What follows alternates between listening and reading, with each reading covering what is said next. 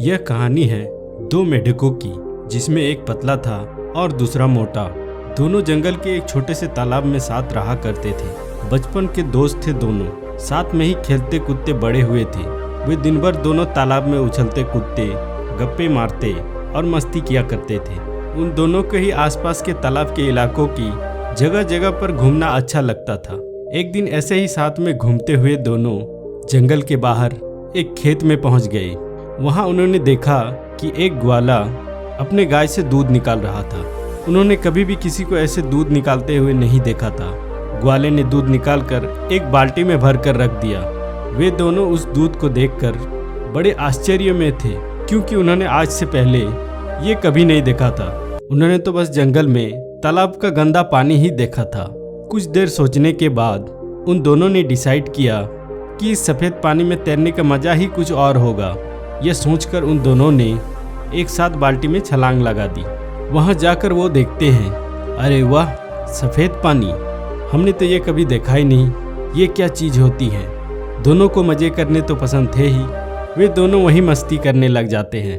वे तैर रहे होते हैं, कभी वो गोता मार रहे होते हैं, वे निकल रहे होते हैं। खूब उछल कूद करने के बाद, पूरे मज़े करने के बाद, वो जो मोटा वाला मेढक होता है वो कहता है, चल यार, अब घर जाने का टाइम आ गया, जंगल वापस चलते हैं। वो पतला मेढक भी कहता है, हाँ यार, चल वापस चलते हैं। वे दोनों बाल्टी से बाहर छलांग लगाने की कोशिश करते हैं, पर वो बाल्टी बहुत बड़ी होती है। वे छलांग लगा नहीं पाते। वे दोनों बाल्टी के किनारे जाकर बाल्टी की दीवारों से छलांग लगाने की कोशिश करते हैं, पर वो देखते हैं कि वहाँ बहुत ज़्यादा फिसलन है।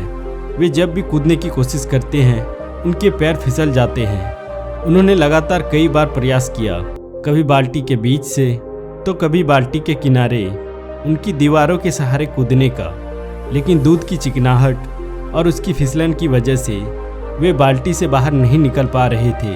अब जो वो पतला वाला मेढक होता है, मोटे मेढक को बोलता है, भाई देख, निकलना तो है हमें इस बाल्टी से बाहर, इसलिए हमें कोशिश तो करती रहनी पड़ेगी। पर हमने बहुत बार कोशिश करके देख ली, इसलिए हमें लगता है कि खुद को इस बाल्टी से बाहर नहीं निकाल पाएंगे, क्योंकि यहाँ बहुत ज़्यादा फिसलन है। तो हम क्या करते हैं कि हम तैरते रहते हैं। अगर हम तैरते रहेंगे तो कोई न कोई हमें बाल्टी से बाहर निकाल ही देगा। मोटा मेढक उस पतले मेढक की बात मान लेता है और दोनों तैरते रहते हैं। 1 घंटा, 2 घंटे, 3 घंटे हो गए, वो तैरते रहते हैं। कोई आकर उन्हें बाल्टी से बाहर नहीं निकालता। अब जो मोटा मेढक होता है वो तैरते तैरते थक जाता है। वो कहता है, भाई, अब मैं और पैर नहीं चला पाऊंगा। कई घंटों से तैरते तैरते मैं थक चुका हूँ। वो पतला मेढक कहता है, भाई देख, अगर तू पैर चलाना बंद कर देगा तो तू डूब जाएगा और कुछ देर में सांसें रुक जाएंगी और तू मर जाएगा। अपने को मरना नहीं है भाई, तू पैर चलाता रहे।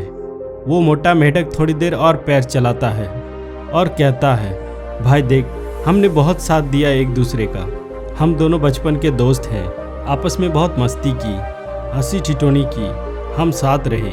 लेकिन मुझे ऐसा लगता है कि आज ये सब खत्म होने वाला है। आज हो सकता है कि ये मेरी ज़िंदगी का आखिरी दिन हो। मैं और मेहनत नहीं कर सकता, मैं और पैर नहीं चला सकता, और अब शायद मैं डूबकर मर जाऊंगा। और उस पतले मेढक की आंखों के सामने उसका वह बचपन का दोस्त डूबकर मर जाता है।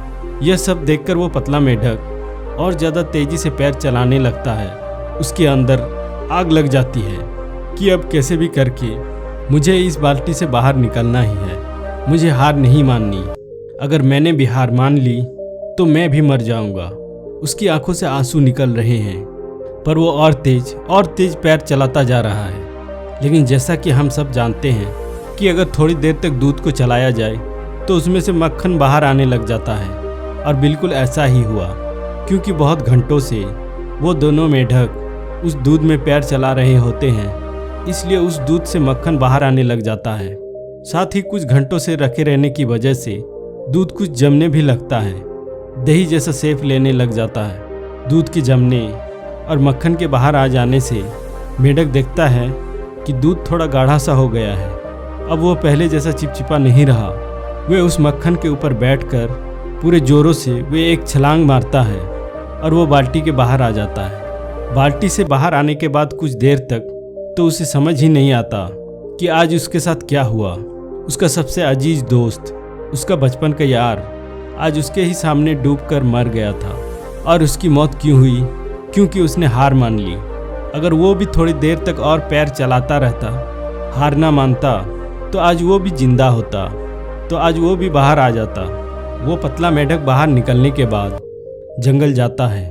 जंगल में जाने के कुछ दिनों के बाद वह मेढक एक लेडी मेढक के साथ शादी कर लेता है। शादी के बाद उसके बच्चे होते हैं। वह अपने बच्चों का नाम वह अपने उस मोटे दोस्त के नाम पे रखता है और अपने बच्चों को रोज़ शाम को वो पतला मेढक यही कहानी सुनाता है कि मेरा एक मोटा दोस्त हुआ करता था जिसके साथ मैं पूरे जंगल में घूमा करता था। हम सुबह से शाम तक खेला करते थे। एक दिन हम दोनों एक बाल्टी में गिर गए जिसमें दूध था और मेरा जो दोस्त था उसने हार मान ली। क्योंकि उसने हार मान ली इसलिए वो मारा गया।